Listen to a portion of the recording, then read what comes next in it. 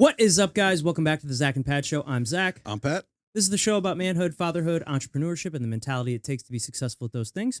And we'll probably sprinkle in some helpful real estate advice too, because that's what Pat and I do.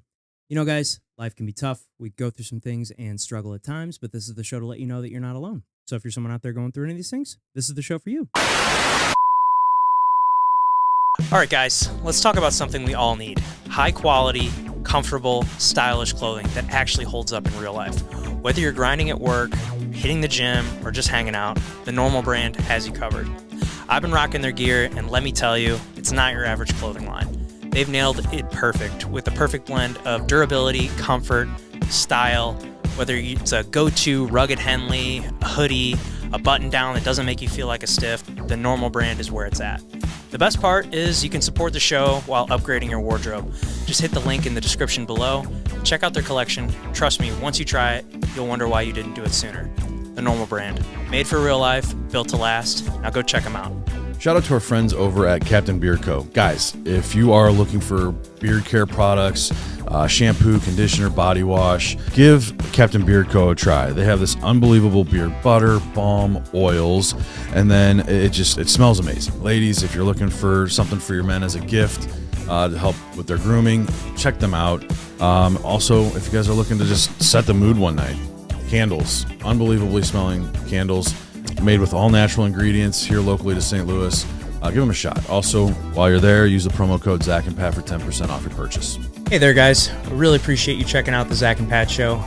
If you can obviously tell, we are a newer podcast, but one way we're really trying to grow the show is trying to get up the amount of subscribers we have. So, if you're watching the show and you're getting something out of it, we'd really appreciate it if you could click that subscribe button. That would help us out a ton. Please click that button. And now back to the show. We have a very special guest in studio today. Her name has been brought up on the podcast numerous times. She is a Brazilian Jiu-Jitsu black belt, a CrossFit coach, the vice president of business and technology solutions at Centiene Corporation, the great and powerful Amanda Clifton. Welcome to the show. Welcome. Thank you. Welcome. Excited to have you on here. Yeah, we've talked about you enough, so Yeah. I figured. I know. I'm like, let me speak for myself on this Yeah. show. Well, I mean, I've told the story about how you beat me up on my first day of jiu-jitsu many, many times. So it's just, definitely wanted to get you in here and Whether it's I don't even remember that. kicking his ass I on the remember mat. it. I think you subbed me like 3 or 4 times in like a 3-minute round, and I was like, "Holy shit! I guess this shit works, huh?" Yeah, probably a couple of triangles and omoplatas. That's exactly what it was. I bet I told you probably, hey, you just move forward way too much. Yeah, you're like, just stop leading with your head. Putting your head in there. Yeah, I'm just putting myself in it. Well, so how did you originally what led you to jiu-jitsu originally? So I played college softball and was competitive my whole life. So always had sports, always had something to link onto. And like most college athletes, like got done playing and was like getting fat. Yeah. Sitting around eating. Got a dog, would take the dog for walks, but was ultimately just really out of shape. I was working in consulting, and that's very busy. So lots of travel, not really time to work out. I also wasn't prioritizing it. Like, I think in my head, I got done playing softball. I broke my hand at the end of my career. So that made it even worse because, like, my hand was broken for the last 6 weeks. I basically finished up, was drinking and eating whatever I wanted. And I was like, oh, I don't know any better. So then when I transitioned, I left consulting and went to Centiene to work. I had just had like a lot more free time. And I was like, I should probably like Get a hobby. Yeah. Should probably do something with my time. Or bottle the other side. Yeah. It's just kind of like, thank you. I should probably do something with my time. So Sandy, my wife, and I started going to Finney's, and we did kickboxing. And Sandy was like a big time flag football player. Really? I didn't know that. She's in the St. Louis Flag Football Hall of Fame. Really? That's really She cool. played for like 20 years. They used to call her the brick shit house. Really? So Sandy and I go to Finney's and we start like hitting mats, mitts and stuff. whatever. And we would go to those classes, and then I was like, I kind of want to like do a kickboxing fight. And then like one thing leads to another there. It's like, you should do an MMA fight. And I'm like, I don't know how to wrestle or grapple. And Did you do a kickboxing fight? I never did. Okay. So the first time I ever sparred with somebody, I broke their nose. I broke this lady's nose. Whoops. I was like, and then I felt terrible. Like, I didn't think anything of it. I also like had a sore jaw on myself for a couple days afterwards. And I was like, I don't really like getting hit in the face. And so Rob over there was like, yeah, like, let's get you in an MMA match. It'll be fun. And I'm like, yeah, it'll be fun. And then I was like, but let me do like a little bit of jiu-jitsu. Like, I don't want to go into MMA not knowing anything. So Sandy ended up breaking her hand playing football. So I didn't have a partner to spar with anyway. So I went into jiu-jitsu. And then like I kept putting off the MMA match. Like, no, I'm going to get a little bit better at this. Or I want to get my blue belt or whatever. And they kept coming back. When are you going to do that MMA match? I'm like, never. I'm never coming back. So yeah. So that's how it happened. Yeah. And then, so, you were at Finney's for, since you said you started training in 2012. Yeah. 2012. Damn. That's crazy. 13 years. It is wild. Yeah. I've been at Centiene for almost 14 years. Wow. So yeah. So your jiu-jitsu career is an 8th grader. I got my black belt and became a vice president at Centiene in the same year. So it's like very like career progression and jiu-jitsu progression was very like on par with each other. That's really awesome. Cool. Well, what do you think like jiu-jitsu's taught you, like as far as like about yourself? Like what are some lessons that you think taught you over the years? There's a lot. I think you can do hard things and you can get through things that seem impossible at the time. I also think it's like super humbling because you can go in there. Like last night, I went in there, felt terrible, got my ass kicked by guys that I used to beat up all the time. And so I think there's a nice balance of learning new skills, challenging yourself, but also like being humbled all the time. You can have a great night and still get humbled, or you 100%. Can have a terrible night. And so I think dealing with the highs and lows.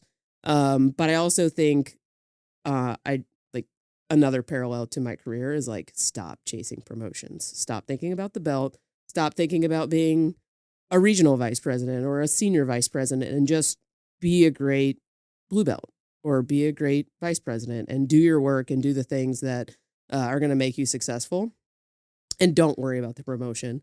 The reality is this is true in jiu-jitsu and in career. Like I've had people come to me and say, hey, I want to get a promotion. Why am I not getting promoted? I'm like, well, probably because you're asking that question, to be honest. But just but like also jiu-jitsu, like, if you ask, you just get knocked down the rat. Like, yeah. Like, do you like what you're doing? Do you feel like you're good at what you're doing? Do you feel like you're enjoying it? Because like, if you're wanting me to promote you because you're going to leave in 6 months, you're still going to want to leave. Right. Yeah. The promotion isn't going to change that. And I think that's true for jiu-jitsu too. Like if you're frustrated or stuck, getting your purple belt's not going to fix that. It's probably just going to make it worse. Now you're going to be a bigger target. Yeah. So I think that's been interesting. And that's been true for me too. Like I've actually thought black belt is the hardest belt because you are like, everybody wants like, to tell me you're not belt. Thinking about the day that you're going to tie your black belt, right? Yeah, like 100%. Yeah. You're thinking about that, but then what comes after that? Like, then what are you going to do, right? Once you have it, once you're there, what are your goals? What changes and whatnot? So I think that transfers really well, but like also like problem solving, and then once you become a coach, like learning how other people learn. Because it's not always the same. You have the people that like want to be shown the 12 steps of everything they're going to do. And then the other people that like can't process 12 steps. And so like as a coach and as a teacher, it's hard to like, this lady over here wants and needs to be taught this way. And this person needs to be taught this way. And how do you? Well, yeah. And then there's some people that, you show them something once or twice and they like do it. Holy shit. Yeah. Like they're like, that's one thing when I started coaching at Watson's that I saw is just like the variance in like people and their abilities to learn and like in everybody's starting points. Cause I was teaching like the beginner's class and it was just like crazy to see how some people would come in and like, oh, it's like, or maybe this guy was a wrestler or even if he wasn't a wrestler, some guys or girls, it just looks like it fits them naturally or the movements. It's like body awareness, body control. Yeah. I think it feels to me like it comes more natural for guys than it does for ladies. I think part of it is the way were raised in the types of sports, but also like, I don't want to make a generalization, but in my experience, women don't take liberties. Like they don't fill the gaps of what you don't say. So what I've learned, the right balance for me when I teach is I'm going to kind of leave it open-ended and then break and watch what everybody does and see if they fill the gaps of what I didn't say. Because for me, 12 steps is too many. 5 steps is probably too many. Like I like to keep it super simple and like, here's the outcome, the thing that we're trying to achieve. And this is why this works.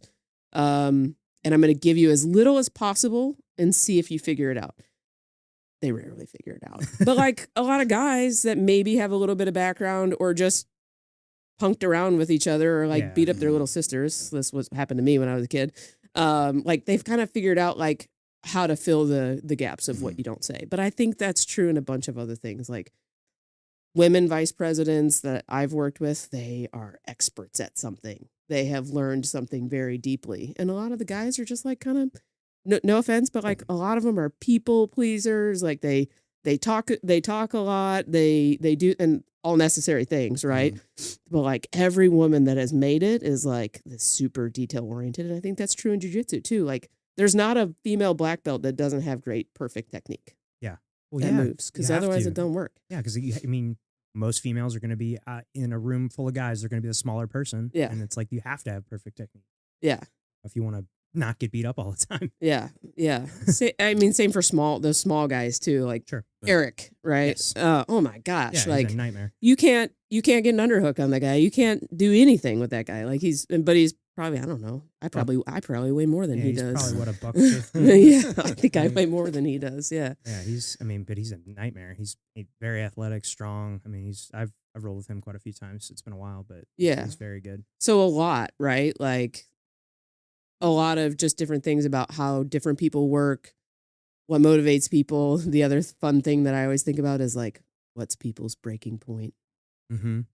You know, you ever like you're on top of somebody and you just feel that like last like little breath of like, and I give up. Yeah, I give up. Just take it. Oh, there goes the air out of the belly. There, like, oh, you're done. All right, Yeah. I'll take that arm now. Yeah.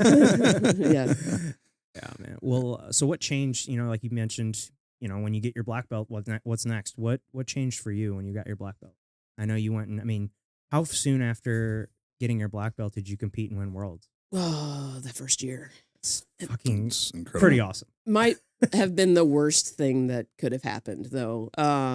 For me personally, like, So you reached the so top. I got I went to brown belt worlds and, that was probably the most fun. Like, I won brown belt worlds with a knee bar in my weight class, which was like, to me, that was like one of the pinnacles. Like, oh, like, I want to be a brown or a black belt one day and be able to like toe hold or knee bar somebody. And like, so to go to worlds and like hit those types of submissions was cool to me at the time. Oh yeah.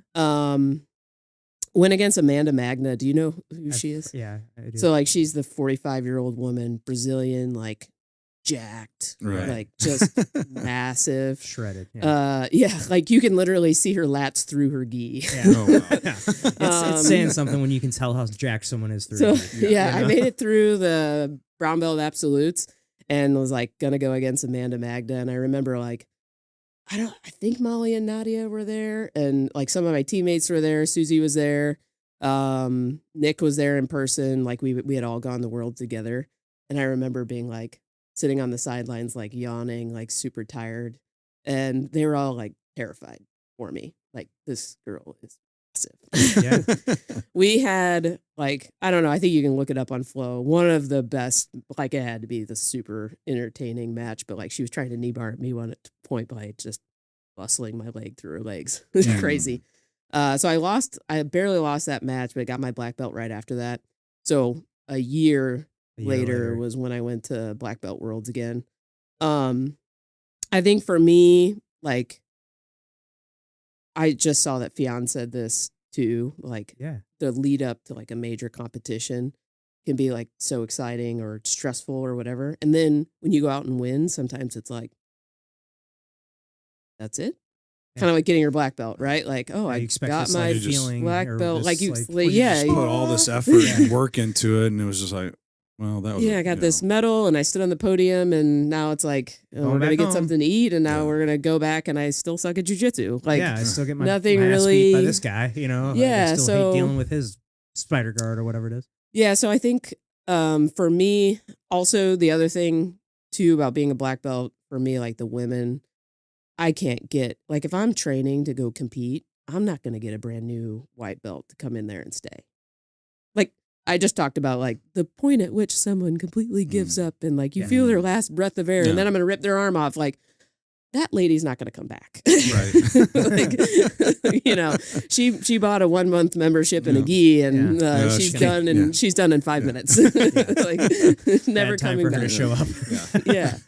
And I talked about that with Bree too. I'm like, we had a conversation. She's like, this is really hard. Like it's hard emotionally. And like, she's like, I didn't think I was going to come here and get my ass kicked. And she's like, it's hard to go in there and get your ass kicked. I'm like, yeah, it is. It's an ego check for sure. I mean, I'm still at that point, so I'm still fresh. I'm pretty new to it. I mean, I'm getting my ass kicked every time I go in there. And I don't know. I guess that's just part of it, man. I mean, well, no, I know it's part of it. I guess that's just me mental. Like, I don't know. It's hard some days to like decide. Honestly, like the mental side of it hasn't really been that bad. Like I knew going in, having talked to you and everybody else that's done it, that I'm going to get my ass kicked. So I've been well prepared. Like I'm getting my ass kicked and just kind of taking it all in. But like physically, it is physically the hardest workout I've ever done. Well, you might get past that and then it becomes mentally hard. Like at some point in time, it might switch. Right. Well, I guess maybe because I'm too new and I don't know. Yeah. Right now, or maybe like physical condition feels like the hardest part of it. So that's what you're focused on. But at some point, you're going to get a little bit better and then you're going to be like, oh, but I still suck and they're still kicking my ass. And that's going to be mentally a flip too. So I don't know. I mean, was it easy for you because you're a softball player? I mean, softball, baseball, pretty similar in terms like it's a mental game. No. I first of all, there were not a lot of women at Benny's. No. So I literally remember you and like one or two others. Like when the other day when you guys made the post about like how long it was like taking everybody to get their first submission, like I didn't like the first time I swept somebody legitimately was in a comp. Really? Like I went out as a white belt and went against like a green belt, which I don't know how legit that was, and a blue belt in comp because there were no other women. Yeah. So I was like terrified and had like same thing. Like I thought I was physically going to die after those matches, but I beat this blue, like the first points I ever got any in sparring or competition or anything was when I swept this blue belt, a half guard sweep. That's cool. Yeah. And I was like, oh, like I can actually do that to somebody my size. Yeah. Someone your size, because I'm sure at the time you're probably the only girl at Finney's or one of the only girls at Finney's. And like, so yeah, there were a lot of like, there was days where I like cried on the way home. Like, this is hard. Mm-hmm. Like, I don't know if I'm getting any better. And yeah, this sucks. So I don't know why I even kept going. I know. It's me either. Because there's days where you just get so beat up and you're so demoralizing where you just go in there and you just get submitted over and over and over again. And you're just constantly underneath someone just getting smashed. And you're just like, fuck, am I ever going to figure this thing out? But like, there's but then you have like one day where you hit like something on somebody and you're like, oh, wait, I can do this. I just did it to him. Like, and then eventually like it just kind of snowballs and like, you get better and better and just eventually like you suck just a little bit less. Yeah. Yeah. So I think black belt's been a lot about like, how do we make sure that women will come in and they'll stay? Mm-hmm. And so it's been a lot more about like growing the team. Some of them have goals to compete at a higher level. So, thinking about how do we coach those women? How do we roll with them? How do we train them versus like the 45-year-old mom that's doing it because her kid's doing it. Mm-hmm. And she wants to have something, my mom and I gardened together. So if she had done jujitsu, I'd have loved that. But so like, I want to be able to give that to these women, like they can have a connection with their sons and daughters that are also doing it, which I think is really cool. So it's been a lot less focus on me training, I feel, which has like an impact on my abilities. Like I can still go out there and probably, I was thinking about this the other day, like Rachel at CrossFit Achieve doesn't like, she'll be like, oh, I haven't really trained. I'm not really ready to do this. But like, she'll just show up and just can go turn and it on, dude. Smash you in a workout. Right. Like I'm sure that's what it feels like. So I try not to say too often, like, oh, yeah, I'm not really training hard, or I'm not really like, because what does that do to my students that are like, and you're still kicking my ass. Right. Like, Right. but yeah, I think like it's been different for me. It's been hard. Also, like if you're going and you're teaching class 2 times a week, let's say you're making it in 3 days a week, which is where I'm at right now, just based on priorities. There's one class where like it's about me, like so Jasmine, Kevin, and I will like drill something, and don't get mad at me, Nick, but like I showed up last night. It's Tuesday night. It's our night. We're gonna drill, and it was like, and here's a move from Mount, and which is great. Like the class has to be designed for everyone. Right, not the black belts in the room, but that's so that there's like things you have to figure out how to balance. Like when do I get better versus like when am I making other people better? So that's been the hard part for me. Yeah, I would imagine at black belt, 'cause you're one of the coaches there. You're like the leader there, especially on the women team or on the like with all the women there. You're like the the chick. You're leading it all. So Yeah, it's But you went on a really cool trip recently to Greece and got to train with Ffyion Davies and some of the other best in the world. That was what was wild. that like? Yeah, so like Greece was on the bucket list for us, like place I've always wanted to go. And then it popped up on my feed, of course, like whatever you follow on Instagram, they know the algorithm is like Ffyion 4-day camp in Greece, like all women's camp, and I'm like, in Greece? Like, Yeah, like what place I want to go. I'm Yeah. going. Yeah. Black belts are half off. 5-star hotel on the island of Rhodes. Sick. That's So a awesome. place that like not even an island that I ever would have like picked Thought to of. go to, but like I'm also not a huge traveler. Like it's hard for me to leave home. Like I have a routine. I want to go to the gym every day. I want to do my things, and like that makes me happy. Yeah, 100%. So like I want to see the world, but I would much rather teleport. Right? Like the idea of getting on a plane and traveling and how long was that flight? 10.5 hours. Yeah. So it was amazing. I think I went there expecting to like be fascinated by like the instruction and learning from literally the best in the world. And like I walked away with like some other things. The women so it's run by an organization called the Women Who Fight. They also have the podcast. They were like, I walked into the gym and got a hug and a handwritten note. Like, it's amazing that you're here. Wow.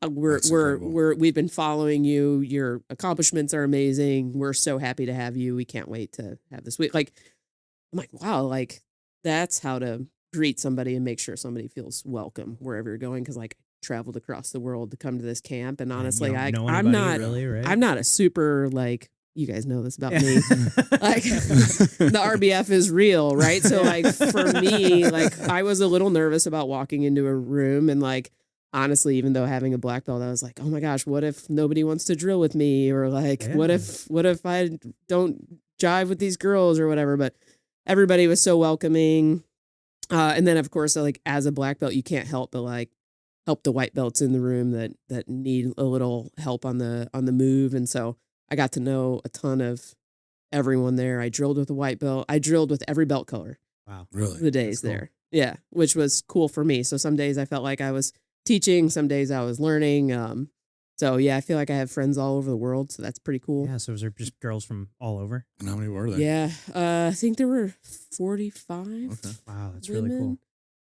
Small enough to know everybody's name, but big enough to like, I don't think I got to roll with everyone. We did a Queen of the Mat at the end. It was a lot of Sweet. fun. That's cool. It was really fun. Did Ffyion take part in that? No, she was the judge. Gotcha. That would have been unfair. Yeah. I have never. Did you roll? You Uh, rolled it, right? yeah. Yeah. What was that like? Oh, I did not do any jujitsu. There was one moment where, so I started in guard, and then I don't even remember what happened. I think I reversed out of mount or escaped something, and somehow came up in her closed guard and thought like, I'm gonna rest for 1 second. Mhm. And then I got armbarred. Catch my breath. I'm safe here.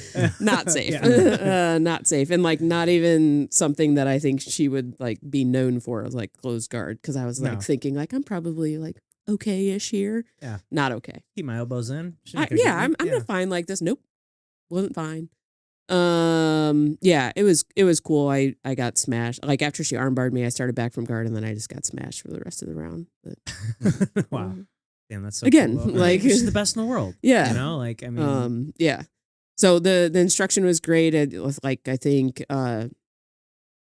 went there also thinking about like, how does she teach? Right? Like, does she talk? Like, because some people talk a lot. She talks a lot. Like Really? she gave a whole explanation of every move, which I thought was interesting. And I like, of course, but she's Ffyion, so people are hanging on to every word she says. They're I'm not sure that I expecting can it, yeah. pull that off. Like Amanda gives a 15-minute lecture on half guard. Yeah. Like I'm gonna lose that. I'm gonna lose my Losing my attention. students. Yeah. So yeah, they're gonna be counting the ceiling tiles and stuff. but it was amazing. And like Shanti and Marina, who like are the women who fight ladies, they come up with all these like, seemed like they were like, we're gonna go outside and wrestle on the beach, and everybody like after 3 hours of training.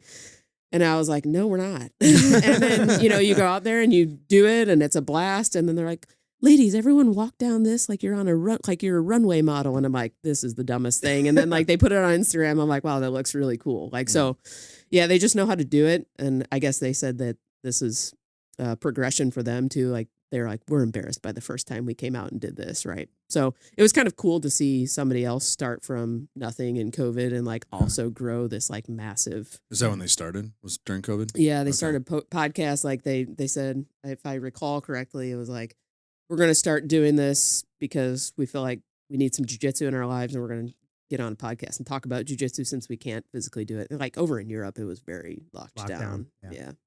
Wow, that's really cool. And so was this the first time they did like a meetup like this, or have they done this before? I think this was their fourth. Okay. And I think they're settling on like roads. That's the place to do it. Yeah. So yeah, the hotel was beautiful, 5-star hotel, which was also kind of funny to see. Like we'd finish up nogi and we jumped in the pool afterwards and In your then no-gi didn't clothes? have towels. So we're like walking through this 5-star hotel, just dripping like, hey, like I was getting off the elevator and this lady's getting on in an evening gown to go to dinner. And I'm like, oh, hey, sorry about the puddle You in should the. come do this workout. I'm drenched in sweat. Yeah. So yeah, it was an amazing experience. Very cool. Awesome. What was the weather like over there at that time? I mean, is it similar to the? Yeah, it was like 70s. Okay, so perfect. Yeah, it was. And then you're closer to the equator, so the sun is hot. So you can definitely like, Burn. yeah, it was hot in the sun. So, but it was beautiful. Awesome experience. Did you get to do any sightseeing and all that? Yeah, we did quite a bit. I skipped a no-gi session to go do, like we did an off-road Jeep tour. Oh, that's cool. Sandy went with me, so I Yeah, had yeah, to yeah. like, she was spending a lot of time reading books and sitting at the beach, which was fine with her. But yeah, like, did you like train for 3 hours in the morning or like have, I guess it was like an hour of instruction and then an hour of jujitsu and then there's like an activity and then you get a 2-hour break and then another hour and another hour. Oh, wow. I trained more in 4 days than I had all year, I think. Wow. That's awesome. Yeah. So cool. Well, then, what led you to getting into CrossFit? You're obviously very involved with that, very competitive with that. What kind of led you down that road? I wanted to look like Amanda Magda on the mats. Yeah. So I wanted to beat Just people like, dominate but like, people. you know that like you look across at somebody across the way of the mat and sometimes you are beat before you step on the mat. 100%. I wanted some easy matches. I'm not going to lie. Yeah. So I started CrossFit 2017, brown belt pans post COVID or like during COVID. It was like in that weird era. Yeah. I remember the lady like we came off, we were done and she was like, you beat me before I ever, she's like, you beat me in the bullpen. She was like, I looked at you and I was terrified. And I was like, Hell yeah, CrossFit's CrossFit's paying paying off. off. Yeah, Yeah. that was the goal. That was why I started. So yeah, that's how I got started on that. Just wanted to just get in better shape on the mats. Yeah, like when I first started CrossFit, I wasn't as focused on like the CrossFit skills because I was just like, I want to be more powerful, I want to be stronger, and I want to have good cardio on the mats. And I mean, you for were the one of first the few reasons I years- started. I saw what see what you were doing over, because you were at the time. I think it was it was Steel Plate, and then it became CrossFit Achieve, and that's and I knew Rachel from First Form and stuff, and I like came over there, and been just an amazing community. I love it there so Oh much. yeah, Awesome.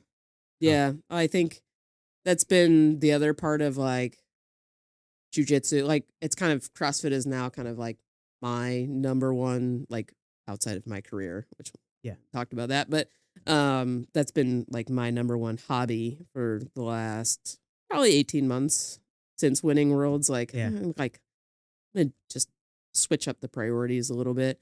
So yeah, I've been spending a lot more time like investing in the skills, making Mhm. sure, you know, you can do all the movements and then building efficiency. They're very similar in like you have weaknesses or stuff that's going to show up in a workout that like is going to be very humbling. You're not going to be able to do, etc. I feel So like I it's think easier to determine it in CrossFit, I think, than jiu-jitsu. At least for me. I don't know. Yeah, It's like I see that in the workout, I'm like, fuck, double unders. God damn it. Yeah. Yeah. Whereas Burpees. I can try to, you know, like if I'm going against a guy that is, you know, particularly good at something that I suck at or something, then I guess that's one thing. But I don't know. yeah. The other thing that I love about it is like it's very measurable. Yes. Mhm. Yes. Jujitsu, like you could be Not. getting really good and feel like Shit. you're not. Yeah. And then but like CrossFit is like It's no, metrics, if yeah. your back squat goes up, your back squat went up. If Right. you You're- hit a max 20 rep, you hit a max 20 rep. Like there's nothing that can take that away, right? And I love the benchmarks that you're going to redo and so yeah, I kind of got hooked on that because I just feel like it's better measurable outcomes for Well, me personally. Oh, 100%. It's measurable. That, you know, there's always, you know, there's always something to be improving at, and like, you know, you can measure it. You can't measure like, Yeah. you know, it's like, yes, okay, I can go in and, you know, I can beat this guy in a round, you know, if I'm counting the score in my head like an asshole, you know, like, okay, Yeah. I beat him, you know, but he normally beats me. Like must be getting better. But maybe he was just having a bad day, you know, maybe he wasn't feeling good or whatever, you know. It's like that doesn't necessarily mean that I'm better than him now or Yeah. whatever it is. So, but like with CrossFit, it's just you're really only competing against yourself. Totally. And so I think also that makes it a different community than jujitsu. Not saying better, just different. Like, yeah. you know, Bree, Ping, and I are going to train together. We don't care who wins, but we're going to try to beat each other. Of course, yeah. But we're not hurting each other and we're going to push each other. So I feel like the outcome is just better, Mhm. right? Versus like if I demoralize somebody in jujitsu, they're demoralized. Right. Like mentally, they like Bree can beat me in a workout and we still both win, Mhm. Yes. right? Like that though both things can Yeah, be 'cause true. you may have PR'd your previous score on that workout Yeah. or Right. whatever it is. Yeah, like that happens a ton, All the time. right? Yeah. And so I think it makes it for me like a really cool experience, community. I like being part of a team, so it's been fun. The community and like it just, I love the gamify. You know, it's like it's a game. You know, that's how I Yeah. look at it. It's like, oh, it's a game with a score, and like I'm trying to get the best Yeah. score I can. You know. Yeah. And how long after you started CrossFit did you start competing in CrossFit games and like hyrox and all that stuff? I mean, I'm always going to compete. Mm-hmm. If I'm doing something that I'm investing time in, I'm always like, I think it's important to compete. Not the most important thing, but it's like something to go out and measure, see how you stack up against people that aren't in the gym. A couple of things about that is like, you are who you surround yourself with. So like, I think Achieve has this amazing community. They make me fitter, but also like a better person, which is like even more what I love about those people. Like, I feel like they've just like everybody that walks in and stays is like an amazing human being. And so I think like being surrounded with those people, you like naturally, like it levels you up by being around that level of people. But like you can still go out and compete, and jujitsu is this way too, or like the other communities, like micro communities, are doing something different, and you might get something from that you should bring back. And so I think that's important. I'll always think that's important. And like the whole big fish, small pond thing has Right. never been like, I have no desire to be the best, most fittest person in CFA. Like, Right. that's not my goal. But you know, when we go out and compete, I want to represent, I want to be a good sport. I want to represent our community, and maybe somebody else looks at it and goes, oh, like that place might be a pretty cool place to check out or whatever. So, so yeah, those are my things about competing. So I started pretty early, but it was like all entry level stuff. It wasn't until Rachel took over Achieve that we really started like skilling up, doing an athlete track, investing extra time. Bree and I like obviously train a ton together. And I so like Rachel's an amazing coach. So I think we just kept kind of leveling up and leveling up and leveling up, and it's almost like belt levels, if you will. So now I think like we're starting to do some black belt level shit. I like to say like I think I'm like still a purple belt in CrossFit, but yeah. So it's been fun for sure. If you're a purple belt, then I'm like a 2-strap white belt. So. Still a beginner here. Yeah. I'll get consistent muscle ups one day. Yeah, for sure. I can count on 2 hands how many I've ever hit. So that's like, well, that's me with kipping pull-ups. I just can't get the move. I mean, I can string 3. I get to 3, and then after that, I'm like all over the place, and I'm like, no, reset. I feel like it's like a rhythm thing. Yeah, it is positioning, and but also like spending the time. Like you can't only do kipping pull-ups in the workouts, and that maybe they show up. Well, maybe twice a month or something. Yeah. And maybe sometimes you miss it and expect like, oh, I can all of a sudden do 7. That's not how life works. Yeah. So I think like for me, if that was me, I'd be like, so for me in the last few months, it's been like handstand push-ups. Yeah. So just thinking about those things that are like, what are the 3 things that suck the most? I'm going to focus on those. So let's could definitely take a page out of that book because I've been saying I'm going to work on my double unders for probably 2 years now, and I've just not committed the time to doing it. So I know, and then they show up in the open, and you're like, and I'm like, fuck. Single double, single double, single double, single double. And I'm doing twice the work, I love the person that like spent all year on muscle ups, and they have muscle ups, and then it shows up in the workout for the open, and it's like you have to do 1,000 double unders before you get to those muscle ups. Yeah, so hope you worked on those. Worked on those too. Yeah. Right. Well, I mean, you've got such a like crazy physical resume. Do you think that with jiu-jitsu, CrossFit, fast pitch softball, do you think being physically dominant changes like how people treat you at work? Probably. Funny story. This is not at work, but Jackie P from Jackie, love you, Jackie, was like, I'm like, hey, from CrossFit Achieve, I'm like, do you want to go to coffee? And it's like, we went out to coffee. It was great. I thought it was great. I think we're friends, whatever. Like a couple months go by, like, hey, we should go out for coffee again. She's like, yeah, okay, we'll go. But this time we're going to talk more about you. And I was like, okay. And so we went out to coffee, and like, this is ironic for me because I don't usually talk about me a ton. And here we are. Yeah, here we are. And so I say something, and so the other day we were going out for breakfast for my birthday. I'm like, Jackie, you want to go to breakfast? She's like, no. I'm like, okay, should we go to coffee again soon? She's like, ugh. And I was like, wow. Yeah. Not hiding it. So I called her out on it this morning, and she's like, no. She's like, I love to go to coffee with you. She's like, but I have to like emotionally prepare to go to coffee with you because it's not like fun. It's like, we're going to talk about Jackie and our goals and whether we're progressing on our goals. And I was like, yeah, isn't that what people do at coffee? Like, what do you talk about when you go to coffee? Like boys and like, I don't even know. So there was like this moment where I like got in the car today after the gym, and I was like, what else would you talk about at coffee? Like if somebody asked me how I'm doing, I'm talking about like these goals that I have, these things that I'm focused on, and what's blocking me from getting there. Right. Yeah. Like, what do you talk about when you go to coffee? So, yeah, I think like it didn't occur to me that that's not normal. Like for me, that's fun. I agree. Usually it's a lot of gossip I go, usually my coffee meetings are work. So it's spent around that, but I know like my ex-wife, like, oh, let's go grab coffee, and that's a gossip. Like, hey, let's catch up on what's happening in life with like gossiping, and I'm like, there you go. Yeah, I'm not part of that. I don't know what I would gossip about.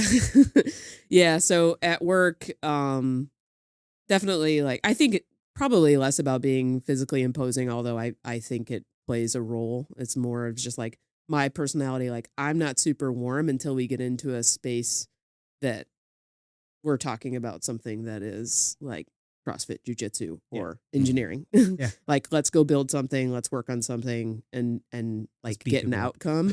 I'm not like, hey, how was your weekend sort of person. So I like have to mentally think about like the people that need that. Right. Like my new boss just started a couple weeks ago. It's funny because like we had an interim boss. We have a new boss. He starts his staff meetings with something called segues. And like, I think we've been through the ringer of, we've been through a couple different bosses in the last couple months and everybody's different, right? And it changes the whole dynamic of the entire team. And so segues is everybody's going to go around and say something about your personal life that's going on. And like the whole demeanor of the meeting changed immediately just because you had somebody that was your boss that cares about you. So that doesn't come, that's a skill that like I have to work on. Like I care about people, but I don't always like show it in a way that you recognize that that's Amanda caring about you. You probably do. I do at this point, but actually you might not. It's like, it was funny. We were talking, like Pat was like, I think Amanda's, she's talking to me more. I think she's starting to like me a little bit. And I was like, I know it takes her a while to warm up to you, but when you can tell she likes you, it feels really good. Yeah, yeah. She makes you work for her affection. I think it's more about me and like my insecurities. And Jackie actually said this. She's like, you have this hard shell. Everybody thinks you're like super confident walking in the room. And then she's like, once people get to know you, it's like, oh, actually, she's not super confident. She's the black belt that shows up in Greece. So like, I hope somebody will partner with me. Yes. Yeah, right. Right. But like, so I give off a little bit of a different vibe than probably what's happening on the inside sometimes. But so yeah, at work, definitely have to be super purposeful and mindful about the shadow you cast. Right. Like leadership shadow. I have anywhere from, it's like some years I've got like 300 people because I have contractors to 600 people that are in my shadow, right? Yeah. Like, so if, the engineers don't feel comfortable and happy talking about their problems and whatnot, like that's a reflection on me. So definitely have to be mindful, purposeful of like how that shadow casts and like also like you're somebody's boss's boss's boss. So like, I always try to think like you got to be the shit umbrella, right? Like no matter how bad stuff is on the outside, you have to like keep it from hitting your people. Yeah. Never heard that term before, but I like that. Shit umbrella. Yeah. Like it's only going to make it worse if your people are also getting hit with shit. Sure. 100%. So, yeah. So that's work life, the big focus area there. What are some things you're doing to work on that? Obviously, that's something that's, I know you're into with the tracking and all that, but that's more of a jiu-jitsu where it's like it's hard to track something like that in terms of how you're progressing. But yeah, what are some things that I've been through like, I feel like everybody, I call it professional therapy or executive, like leadership therapy, but like executive coaching a few times. And so like I'll write sticky notes down on like what I'm working on. And then one of the things we came to, because it's really hard, like you're not always, just the nature of it, like if something's on fire, like it's hard to be like, good morning, how are you? Also, there's a dumpster fire over here. What are you doing about that, right? Like there's like I'm in information technology, so there's like got to be a balance of like, I'm sorry to just jump right in here, but what the fuck is going on? So I have like, these sticky notes about like how often, like almost like gamifying it, right? Sure. Like how often did you like make sure that you talk about something with somebody like personally before just jumping into business, and just like literally keeping score on it, like a little tally mark on your desk. Yeah. And then the other thing that we landed on, because people are a little intimidated by me, just generally, I really can't, like in my head, I can't wrap my head around that. Like, what are you intimidated by? But like perception is reality, right? So saying like, hey, I'm really working on making sure that you guys feel comfortable coming to me and talking to me. And so I want to make sure I create that environment so it like kind of disarms the situation for you to now say like, hey, I didn't feel comfortable in that moment. I know like it's a different conversation of defensiveness versus like, hey, I think you're working on this. You've said you're working on it, but just so you know, I didn't feel that in that moment. I'm like, oh yeah, I am working on it. And you just given me a mark against myself, right? Yeah. Like that like, hey, it didn't work out because I'm not one of those people that like 6 months ago, you made me feel uncomfortable. I'm like, I have no idea what And happened. no 6 months rep ago. Yeah. Been no rep. Yeah. Yeah. So I think those things are important, right? Like, again, going back to like who you're around on the daily basis. Like, do those people know what you're trying to do to be better than you were the day before? Because they're supposed to help you. Mhm. So, yeah. So maybe I'll get some coffee dates out of this podcast. Maybe I won't. There you We'll go. see. Yeah. You can practice your what is it, the workify or not workify, gamify spreadsheet. Yeah, for, we'll see how approachable I am Yeah. if people ask me out for coffee. Yeah. She's putting out there, people. She is working on being vulnerable. So Yeah. and so speaking of that, I mean, with your new boss and the segments or the segues and all that, do you think vulnerability has become a superpower within leadership? Ooh, probably. Yeah. I think like I'm a much better leader when I'm not the smartest person in the room. And I know it. Like I even am kind of scared to go to some meetings where I'm like, I know way too much about this topic and it's not like there's something not going well. Instead of asking questions, you're answering questions and telling people, versus like, hey, I'm not the expert on this topic and I'm asking with the intent of asking, right? And that's another one that I keep score on is like, did I ask and I know the answer and I'm testing, or did I ask because I'm curious and I want to know how people are thinking? And there's going to be always both, but like I think if you're leading a team of 600 people, you can't have all the ideas and you've got to think about like how do you create an environment where other people are also asking the questions out of curiosity. And so I've been on the receiving end of that too, right? Where like you're questioning, you're not asking a question. Those are very different things, you know?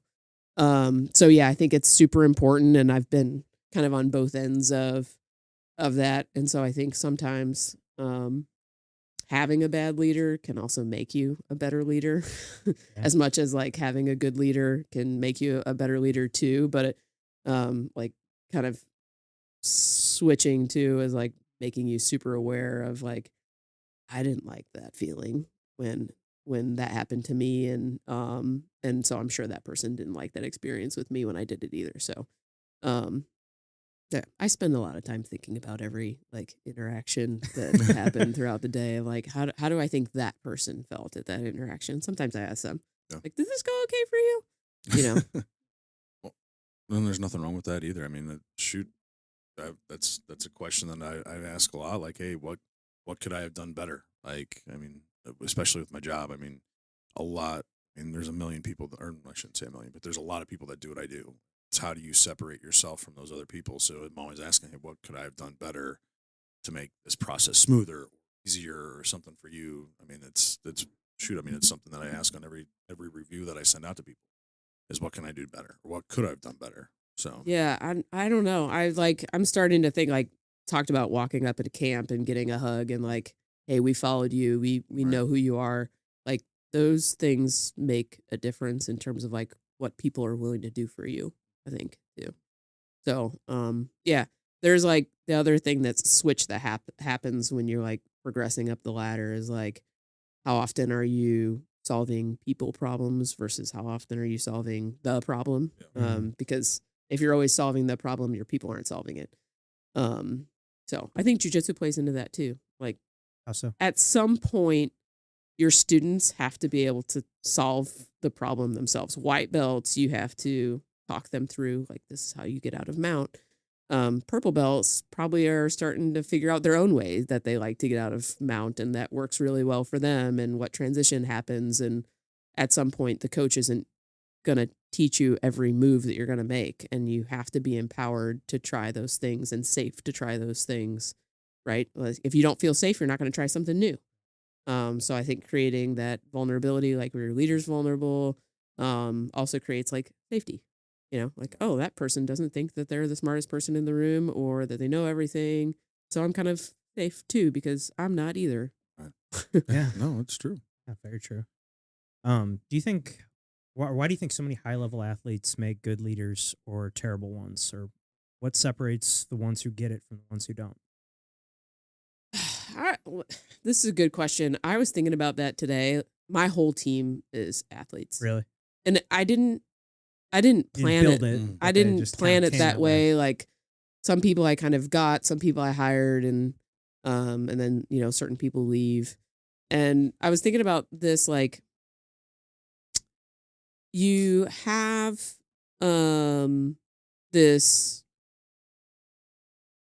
thing that's lingering out there that we all like to hire and work with people that are a lot like us. And I try to be mindful of that. Like, am I like, cause you're always going to be on the spectrum of like a really good leader for one person and not so much another person, because everybody's going to work differently. But how do you like kind of find the right balance of, I work with this person in this way, this person in this way, but like also there's consistency in the amount of coaching and effort that they get. And I think this is true in like a CrossFit class, Yeah. right? Like you can't give everyone the exact same amount or type of attention, and they don't need the same amount or type of attention, but they all need to enjoy their experience. And so same with jujitsu too.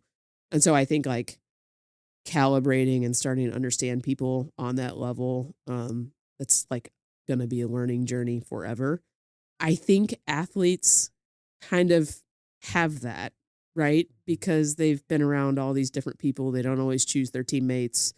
You don't always like your teammates, and you still have to go out there and try to work towards a common goal. And I think sometimes that wins out over like a certain expertise or skill, because like there's some people like, I'd hire you. Like, Yeah.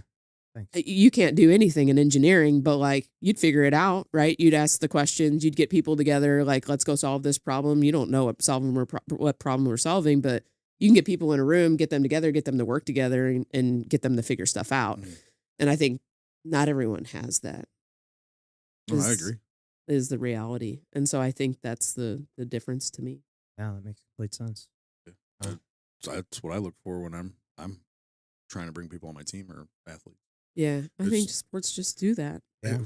One, the team atmosphere, but two, like they've had to have failed at some point and had to get back up and start over again.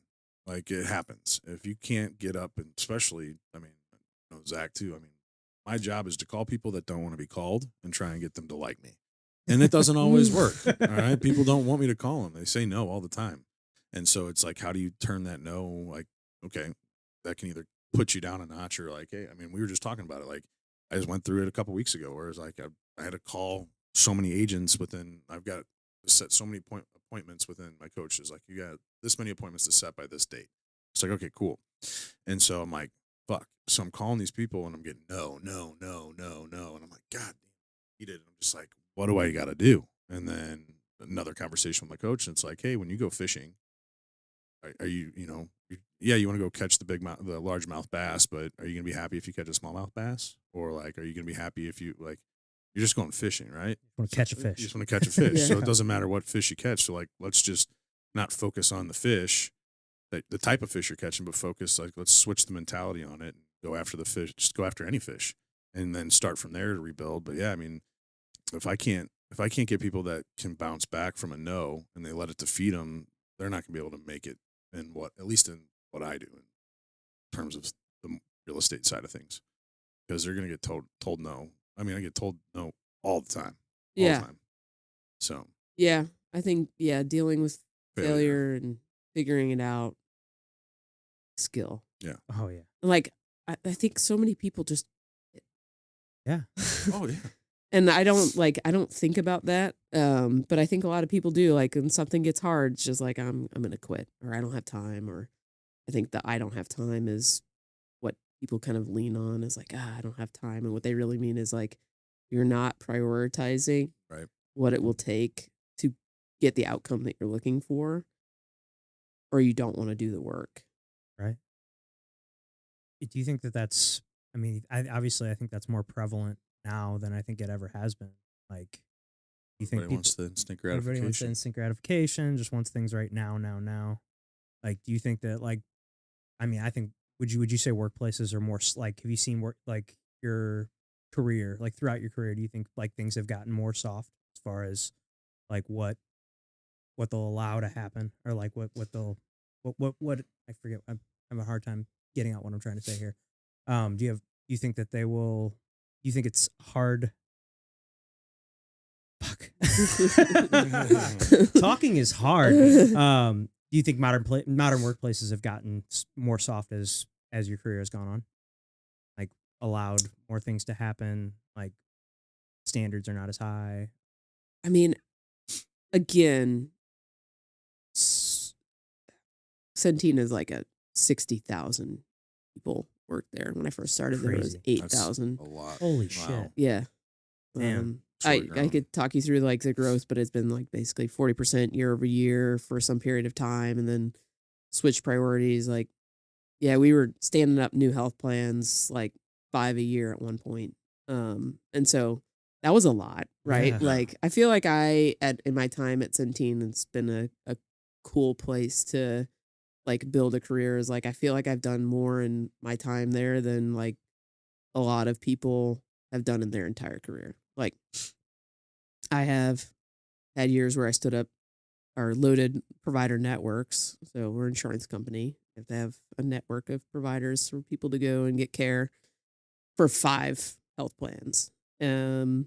We've migrated, like through acquisition, millions of lines of data from one system to another, and acquired companies one after the other, like sitting and learning what their business processes are. And so I think like for me at Centiene, things have been so fast paced, which is probably like why I've stayed there for so long. There's always something that kind of keeps us waking up and doing the next thing.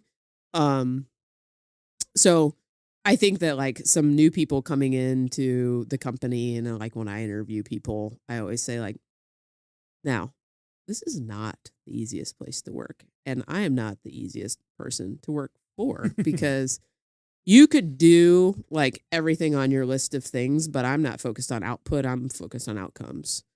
And the goal is for us to get, this product 80% automation, or deliver this amount of money, or to save X million dollars in this area. Those are the goals. We either hit them or we don't. I don't care if it takes you 10 steps or 15 steps. I don't care how we go about doing it, but those are the goals. And so you have to be that person that's willing to take on, kind of like you, like, well, I don't know, like what's your goal? Probably to generate business. Like, yeah, stop focusing on that type of thing. And like, it leaves you flexibility in terms of how you hit the number, but the number is the number. So I don't know if other people are getting soft, but I'm not. But I will say it's hard to, it can be hard to hold people accountable to the outcomes, because they're like, but I did all these things. I showed up for jiu-jitsu class 4 days a week. And, or maybe they weren't super purposeful, but like, did you really like put in the work? Were you purposeful? Did you pay attention? Did you, make adjustments and do those things? So did you try to apply the stuff that you're like learning? Yeah. And Do you do the to move live of the rolling? night? Yeah. Like, that's literally like one of the things that I'm looking for is like, did you do the move of the night in live training? Yeah. It's like, did you try it at least? Yes, exactly.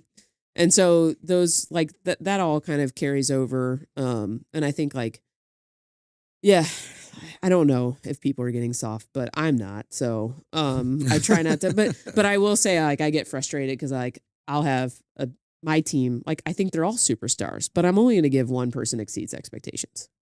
Yeah. Not everyone exceeds expectations, and I can't even like it's pay for performance. I can't even. But like I'll look around and like other people, I'm like, oh well, like I would still pick my team. Mm-hmm. You know what I mean? And that's a personal thing though. Like, right? That's not saying those other people aren't as good, but it's like, this is my team. This is who I'm going to go to battle with. And these are my people.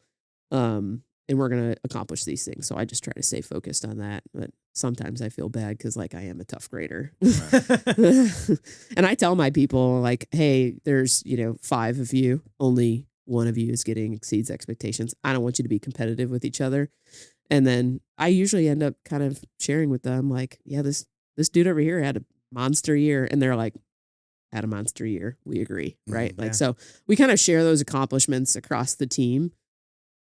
I have a Division I basketball player, a Division I volleyball player on my team, and a woman who's like competed and is like super active as well. So like they're competitive, but know that we're all going towards a common goal. So sure, they want to exceeds expectations, but they know like not every single one of you is going to get it. Yeah. You're going to have, every year there's a different all-star MVP in the league. So in whatever league they're playing in. Yeah. So. But I also think it's kind of refreshing because I've seen other people like, man, this person exceeds expectations every single year. Like, do you really?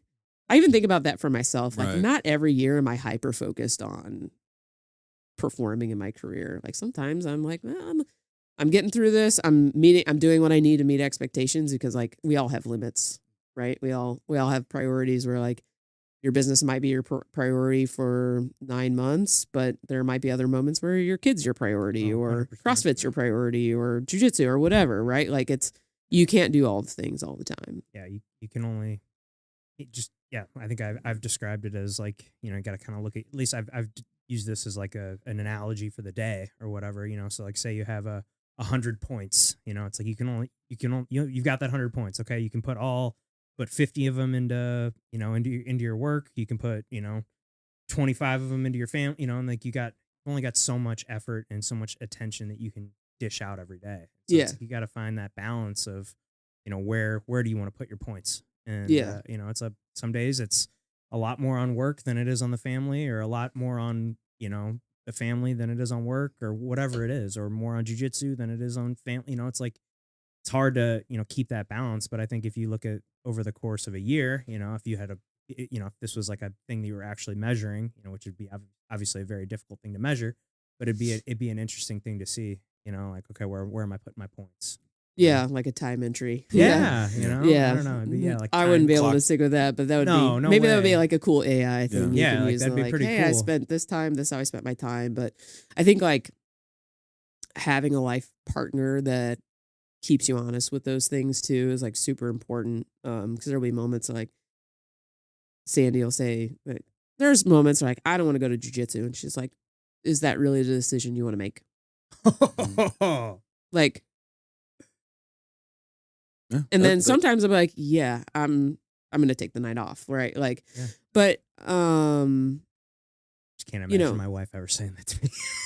Well, like, I mean, everybody's awesome. Everybody's like, different. I'm jealous. And, like having a partner that knows what your goals are and is honest with you about like how you're spending your time. And there are other moments like on the flip side of like, yeah, you haven't been paying attention to this, and I need you. Right. And so like, again, like being approachable and vulnerable to be able to say like, yeah, we can have that conversation too. So I think like your partner is part of your community. They're the like team member number 1. Right. So there's a lot of also like, do you think I should have this conversation with this person? Like, I feel like this isn't going well.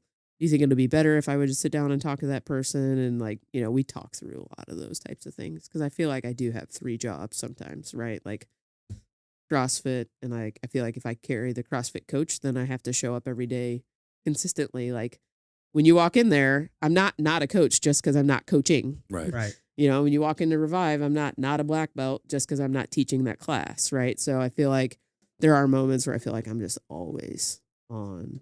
Right. Yeah. And so then, I'm sure that's exhausting. Yeah. Well, sometimes. Well, you mentioned in the questionnaire, go at a pace that scares you. That's a pretty powerful statement. How do you balance that kind of intensity over the long haul? Like in terms of longevity, how do you manage that? And then how do you know when it's time to pull back? Yeah. Good question. You know where the go at a pace that scares you came from? We were the 1,000-meter row. Okay. So the 1,000-meter row is not a sprint. you can't maintain a sprint for 4 4 minutes, Mhm. 4-ish minutes. It's also not like if you go too slow, you're not going to get a good time. So it's not zone 2. You're going to be uncomfortable. You're going to be on the verge of like, I want to quit. So that was like the first time or second time I'd ever done a 1,000-meter row. That was a coach's advice, like go at a pace that scares you. And then I went to work like 2 days later, and something was off track. And then like wheels were spinning. Like we were trying to figure out what's going on, what should we adjust, whatever. And the team was like just spinning, and I was like, go at a pace that scares you, right? Like if you're not on the verge of like making a mistake or having a hiccup, or that you're not making a mistake because you're being too perfect all the time, you're never going to get it done. Right. You're just never going to get done. And I am not a perfectionist. And so a lot of times I'm calibrating just on like feel alone. And so for me, I plan out every week very loosely that allows for like something to not go well. Or I need to spend time, extra time here versus somewhere else. And I recalibrate that every week, right? So I look at my training schedule. What is that going to look like for the week? When am I doing jujitsu this week? And then what does the work calendar look like? And what do I need to like accomplish? Or like, how do I move my team forward this week? And so I always do that on Sundays, no matter what. And then sometimes it's like you can get into a rut, right? I'm showing up 5:15 in the morning every day, doing 2 hours of working out before I go home, start my real job, and then a couple nights a week driving out and doing jujitsu. So like if I have a couple days in a row where I'm like, feel like I'm just going through the motions, I know I need to make an adjustment. Like it did not do any good to go out to jujitsu driving 45 minutes and then like not be super present, right? So that's the moments where I'm like, I'm not going to go tonight because I know I don't have it in me. I can make that choice. And I think a lot of people don't have those boundaries either. Like, don't know how to say no. Yeah, don't know how to say no. But I actually think I'm a super selfish person. Like I really do. Like I care about people, but like I'm a pretty selfish person. So you have to be. You have Right. to be. I don't mean that as like a deprecation towards me, but like yeah. I think everybody should have some sort of selfishness. I mean, I think everybody does in some way. Yeah. And I So- think like when you're with a partner, like, do you want to be with somebody that's just like doing the things, not thinking about it, saying yes to other people all the time? Or do you want to be with somebody who like, has love and shows love for themselves and for you? And I think that's really important. And I think we both talk about that a lot. Like, hey, what are your goals? What are you focused on? What's your week look like? And so we work through that. But I think that's super important. Like they're community partner number one. And a lot of people don't think of it that way. Yeah, well, it's that whole saying, you can't pour into others from an empty cup. Yeah. Like if you're not filling your cup up, you can't help other people out. Or Always can't be the best version of yourself. Yeah, it's always the airplane analogy. Put your air mask on, or you put your mask on first. Yeah. Yeah. Yeah, for sure. I think though, like, admittedly, like it's hard for me to say that like my jujitsu is not good right now, but I'm not putting the time. Like I'm holding on. I'm showing up. I'm doing my things, but I know I'm not putting. It's not on my list of goals. Like no, other than like build the team, build up the women, be a good coach.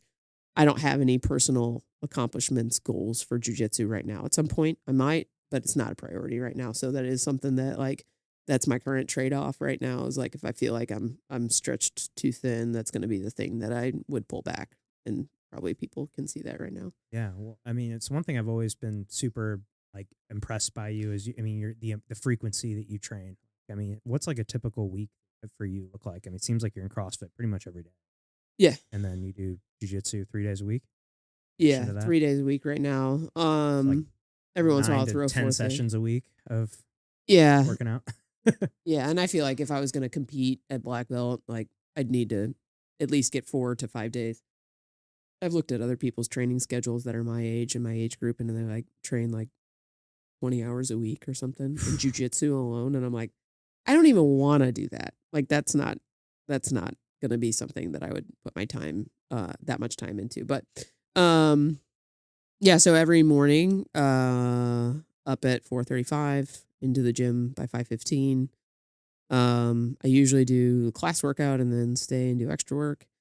The athlete track that they offer there.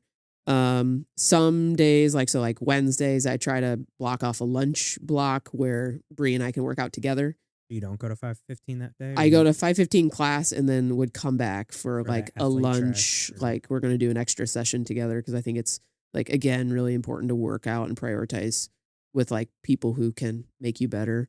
There's some other people besides Bree, but she's kind of my primary. You'll notice like if there's videos of us working out next to each other, there's a reason why we're going about the same pace. Like, oh look, they're synchroing, not on purpose. Just that's like what happens. And so I think prioritizing that is healthy for both of us.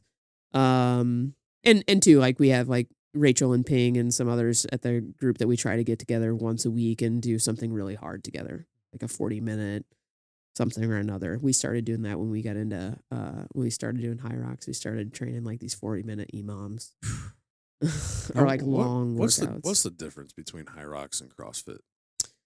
Hyrox is definitely like running focused and definitely a longer, where like a lot of CrossFit is going to be, there's CrossFit's a whole methodology, right? So hyrox is very repeatable in the same 8 workouts that you're going to do. You're going to run 1,000 meter and you're going to do these things.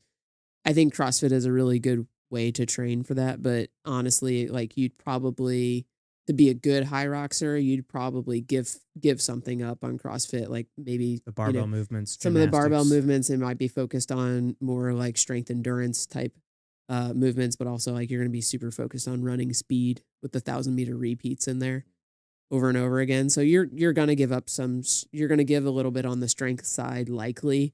But like, I think you see a lot of CrossFitters doing it because you like CrossFit really, like we're testing the methodology. Does it really prepare you for anything? Right. I can go out there and do this race and have fun.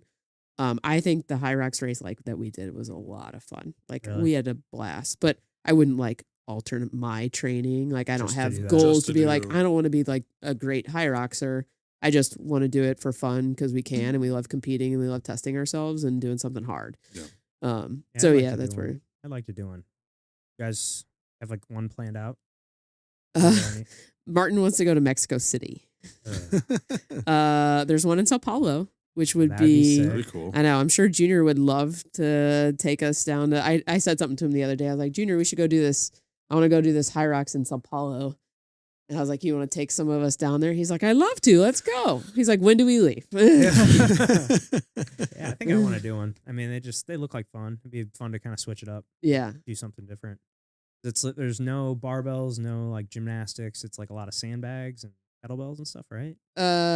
It's so you do like 1,000-meter run, and then there's 1,000-meter ski, and then you do 1,000-meter run, and then the sled push, and then 1,000-meter run, and the sled pull, and then 1,000-meter run, and then like burpee broad jumps, and 1,000-meter run. Like so, there's 8 workouts, and 8,000-meter runs.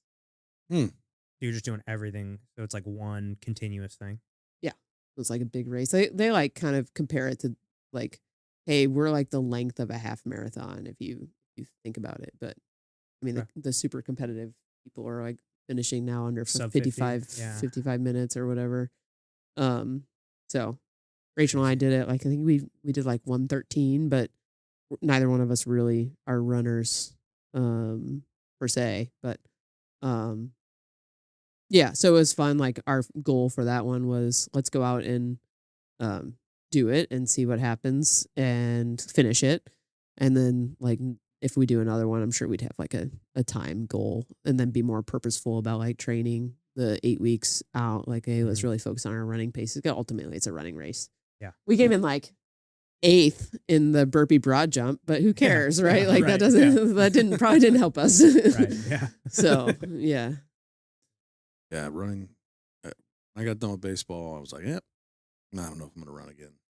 I ran in preparation for Murph for like the last month, but I was like, I need to get some runs in with this weighted vest just to kind of prepare for it. But That was the only time. That was the first time I ran since last year's Murph, I think. really, Yeah. yeah, I'll walk. I'm I am just still I sore as just fuck. Yeah. I mean, the first mile. I mean, I did the first mile in like 7.5 minutes. Did you really? Yeah. Wow. Yeah, that's fast. That's fast. I didn't. I mean, I did it without a weight. I mean, I did body weight, but yeah. I came in at 8. I was in the gym at 8:06. Was when I looked at the clock and I was like, shit, I didn't really want to run that fast. But of course, I was like, we, right like, at 9. you were in the later heat, in the morning heat. Rachel takes off sprinting out the door. And I'm like, so then like Gotta the keep up. 5 of us right behind, she didn't have a vest on. yeah. Yeah. And I'm like, the 5 of us right behind her all like, were then of course, like you're always going to try to catch the person that's visible in front of you or whatever. Of course. And at some point, Josh was like, we're running way too fast. I was like, absolutely. I'm like, I'm going to slow down. Like, I do not need to run a sub 8-minute mile on that first mile of Murph. But yeah. Yeah, on the second mile, I had like just turned around and I saw Izzy coming. I'm like, I better not let him fucking catch my ass, you know? I did the same thing with Martin. I was like a little bit ahead of Martin and I like kept looking back, Yeah, like, like- is he there? Is he there? And then all of a sudden I could see him. And like I had my hands on like Yep, my vest that's so what it I did doesn't too. bounce. God, I hate that. That's the worst part. Yeah, so I'm like kind of like shuffling like this, you know, and then I saw Martin and I'm like, nope, fuck that. I'm gonna let it. I'm gonna let this vest is gonna beat the shit out of me for the next half mile, but Martin's not gonna catch me. Yeah, dude. Oh, the running with the vest sucks. Just for that reason, the bouncing drives me crazy. Yeah, Like I pretty much ran with the whole time with it, like my thumbs and the thing right here, yeah. just like make it not bounce. I've got a built-in weight vest, so Oh, we're good. yeah? We're good. Sure. Built-in extra 20 pounds. Yeah. Yeah. Well, Amanda, this has been awesome having you in here. We've had a lot of fun. Is there anything that we didn't discuss that we wanted to cover? I feel like we covered a lot. I think we did. Yeah. Well, we always end the show the same way. So before we get you out of here, We play this little game called the Tombstone Game. Oh shit! Yeah. Here lies Amanda. What does it say on your tombstone? She never quit. Perfect. Hey, love it. Love it. Awesome. Well, thank you guys so much for paying attention. Please click that subscribe button for us. We have a goal this year before the end of the year to get to 500 subscribers. So if you could click that subscribe button for us, that would help us out a ton. Click that like button as well. Comment what you thought below, and we will see you next time.